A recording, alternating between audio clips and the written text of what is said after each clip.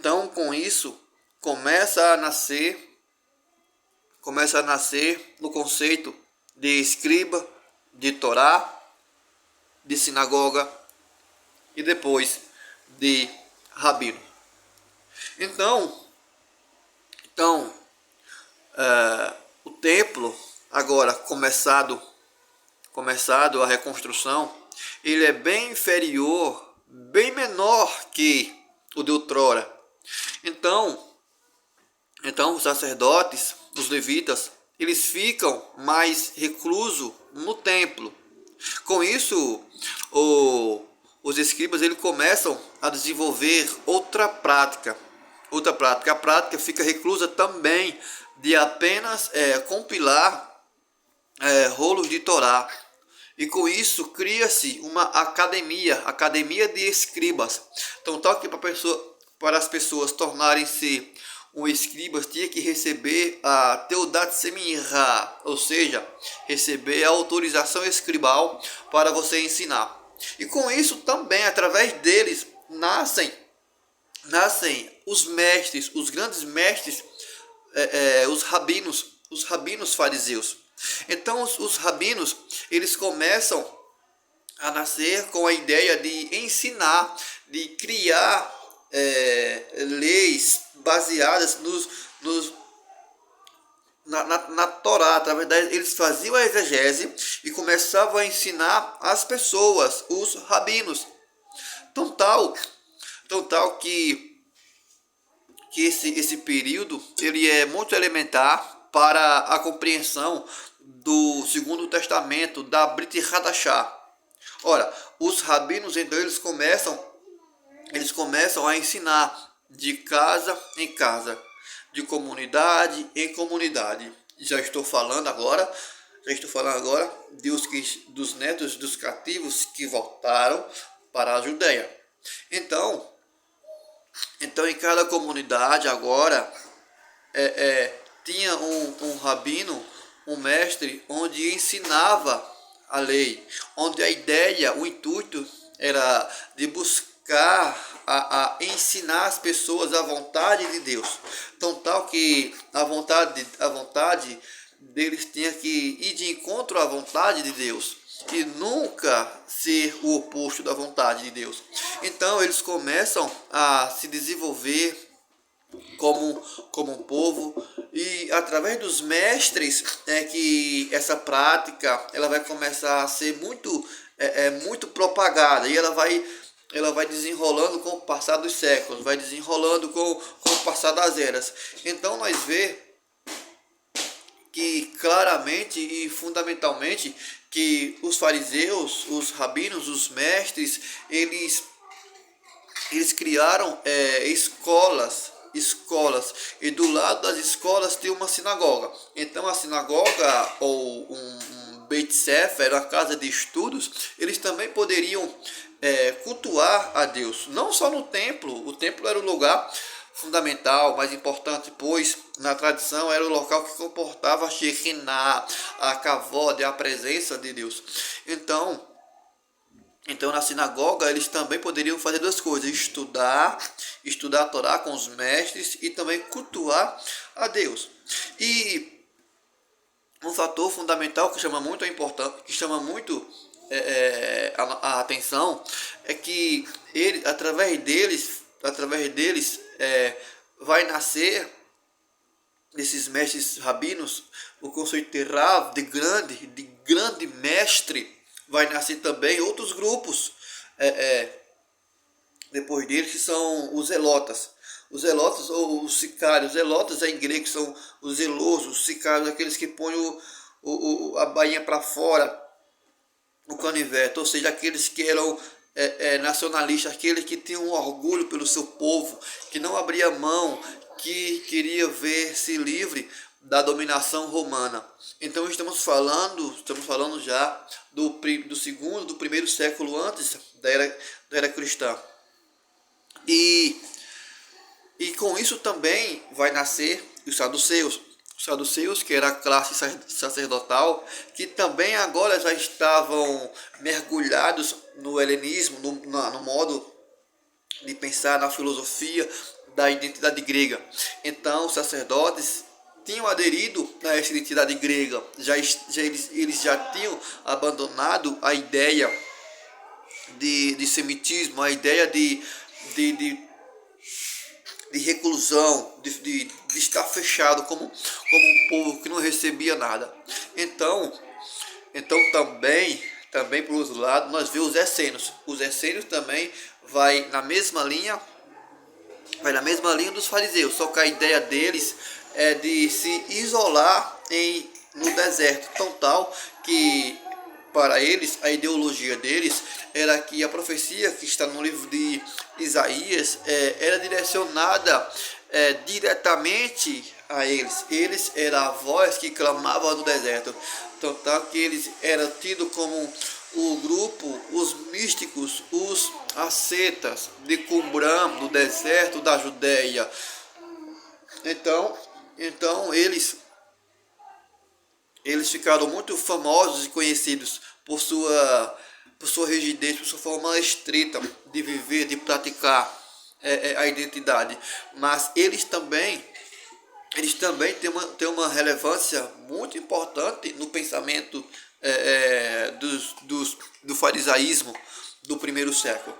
Então, nós temos essa ideia já em mente de farisaísmo, dos fariseus, dos saduceus, dos essênios, dos zelotas, das sinagogas, né? Dos ensinos. Então, nós vemos claramente que esse conceito que eles desenvolveram, que graças a eles podemos entender, conhecer um Novo Testamento, ou a Brit Hadashah, o Segundo Testamento, como se fala, fica muito claro para nós que tudo isso envolve conceitos, ideias de um só povo, de uma identidade. E então nós vê agora entrando mais para os textos do Novo Testamento, quando fala que na cadeira de Moisés estão assentados os fariseus. Então, os fariseus, sem sombra de dúvida, eles eram tidos como os legítimos, os legítimos repassadores da tradição oral vindo de Moisés, os verdadeiros herdeiros da tradição de Moisés. E como eu falei, na tradição dos rabinos, na tradição oral, a Torá Shebe'al-Peh ao conceito de que Moisés recebeu a Torá no Sinai, então chegou até os homens da grande assembleia. Então esse conceito dos ensinamentos orais saiu de Moisés, tão tal que tudo se origina em Moisés. O sinédrio, a sinagoga, os ensinamentos, tudo tem origem em Moisés. Então quando chega agora no Novo Testamento, tudo o que está escrito no capítulo 1 de Mateus, capítulo 2, capítulo 3 e sucessivamente, tudo remonta também a Moisés, porque o Novo Testamento ele não está alienado com a tradição, mas muito pelo contrário, ele está vinculado, entrelaçado com a tradição, com as escolas rabínicas e farisaicas. Então se compreende que o Novo Testamento ele é uma obra fundamental e da característica farisaica de se ensinar. Não como a gente compreende hoje o pensamento teológico cristão, não, é totalmente diferente. Então nós vê muito sucinto essa ideia de Alahá, dos conceitos básicos do judaísmo, de Alahá, de Midrash, de Agadá. A gente vê tudo. Então pessoal, o conceito de que naquela página branca Deus silenciou, Deus não mais falou ao seu povo, né, que o último profeta lá de Malaquias foi até o último profeta do Antigo Testamento. Malaquias foi até o último profeta onde se encerrou a revelação, que foi João Batista. Isso não é verdade. Isso não é verdade. Então nós pode provar e comprovar, mostrar e amostrar que foi graças às ideias farisaicas, a modo de pensar, tudo o que eles criaram, que a gente pode ver no Novo Testamento. Não só no Novo Testamento, mas a gente pode ver também em Flávio José, que foi um historiador que viveu no primeiro século. A gente encontra também na própria literatura deles.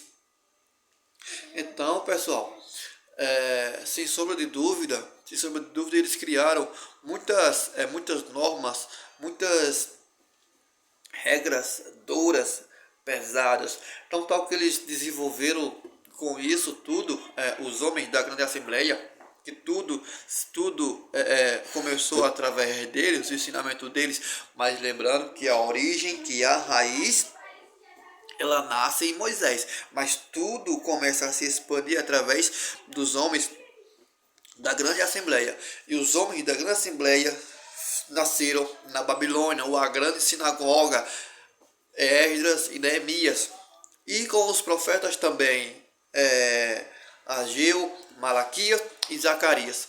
Tudo nasce, tudo surge deles.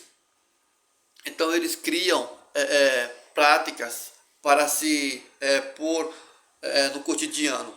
Então eles começam a promulgar que a lei religiosa deveria ser cumprida à risca, a pureza teria que ser cumprida à risca, e a etnia também teria que ser cumprida à risca, no pau do canto.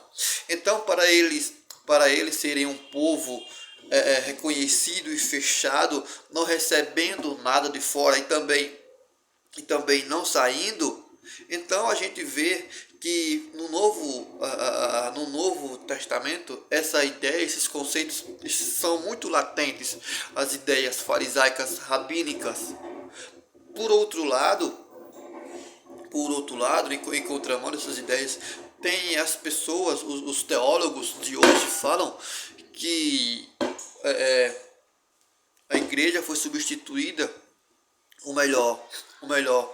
a sinagoga foi substituída pela a igreja, o Antigo Testamento foi substituído pelo Novo Testamento, os rabinos foi substituído pelos padres, pelos pastores, e não é assim.